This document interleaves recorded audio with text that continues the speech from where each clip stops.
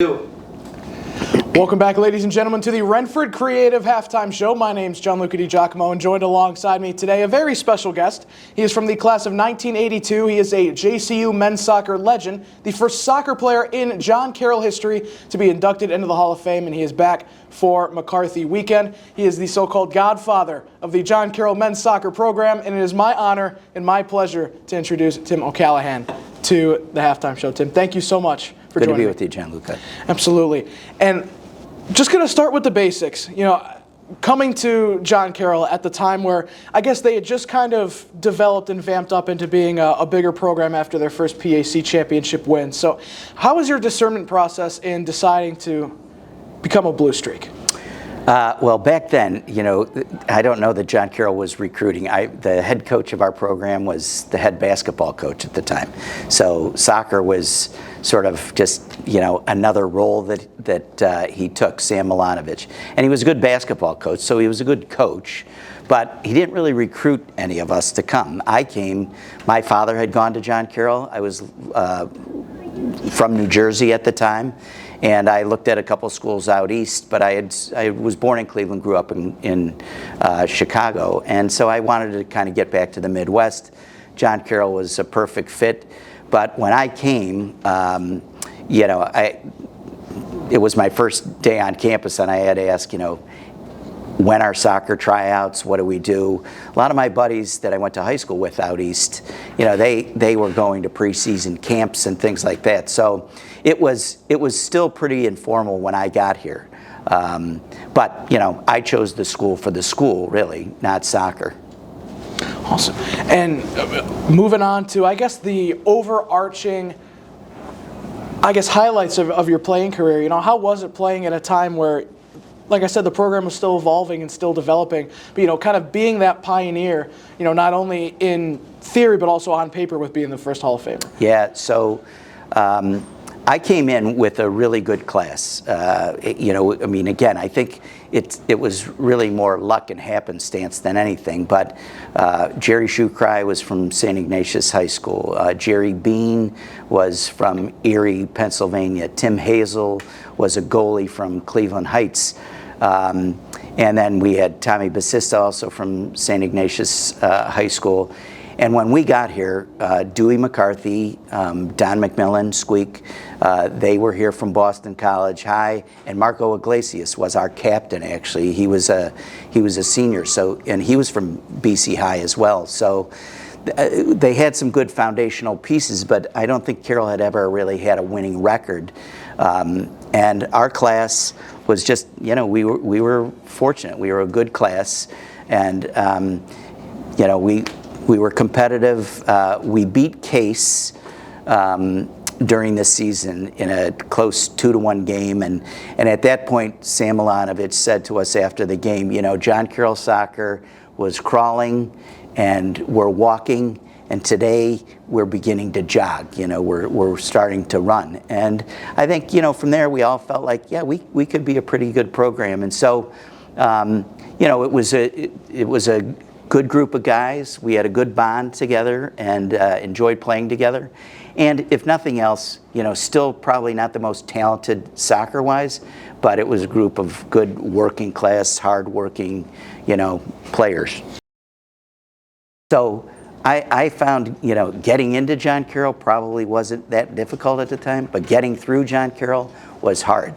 And, you know, I had a good time. I wasn't the greatest student, you know, I could have been, but I just, you know, I had a lot of fun at John Carroll, and I have great relationships. You know, the thing about our soccer team and the people I met here, you know, these are 45 years that we've remained close, and so here we are today, still getting together. And kind of touching up on something that we just talked about before, but like your Hall of Fame status, being that pioneer, the very first soccer Hall of Famer, you know, men's or women's, what have you, obviously that's a huge thing, and to be immortalized in John Carroll athletics forever, what does that mean to you? Well, it's a huge honor, and you know, I'll tell you, it's a compliment, I think, to the guys that I played with, because really it was a great team, and I was fortunate to have played most of my life, so I had relatively decent skills, but my game was still really just hard work. I mean, I was 5'5" tall, so I wasn't going to be the tallest, necessarily the most athletic guy, but I could work hard. I used to walk out to practice every day, and I'd pass by the Hall of Fame plaques and all that. And when my dad had gone here, he'd always talked about some of these Hall of Famers, football players mostly. And my dad worked his way through school. He didn't get to play. He was a good football player, and I always thought, my dad probably could have been in the Hall of Fame as a running back. I mean, he was that good, but he worked. He was a butcher and worked his way through school and didn't have the chance to do it. So in a way, I felt like, my getting into the Hall of Fame was a compliment to my dad as well. Yeah, and having that status as a JCU men's soccer alum, it's one thing to stay involved with the program, a little bit after your time, but to stick around, 40 years after you graduate, there's something special about the program. So I guess my question is, what about men's soccer, keeps you coming back, even with the 60th anniversary of the program being this year? So again, two of my brothers had played at the University of Scranton, and they were a good program, and they had an alumni game every year as part of their preseason. And when I graduated, I thought, I like what they do with that. And they were a program that had been to the national finals twice in my brother's years there. And I thought, I'd like to see that happen for us. So we started the alumni game, and at first we played the varsity. And, in the first half of that game, we were winning like 1 or 2 to nothing, and then wound up losing 6-2 because the players were in much better shape than we were now. So we did that for a couple more years, and then it got to be odds versus evens. But my hope when we started this was always that it would become a program, and that guys would want to remain involved.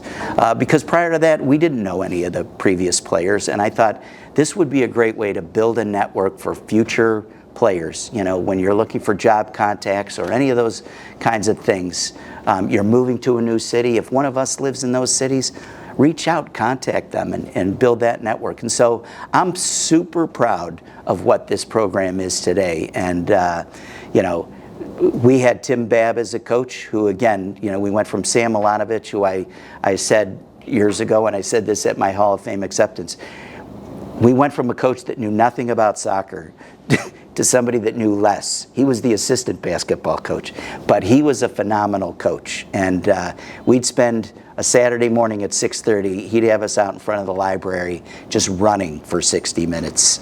No balls. So we could outwork people, but that's what this program has been. And now this is a program that has talented players, and we're thrilled to see the success of the program. I mean, it would be great for us to win a national championship someday, and that group of guys over there, I'm expecting that they're going to do it. Awesome.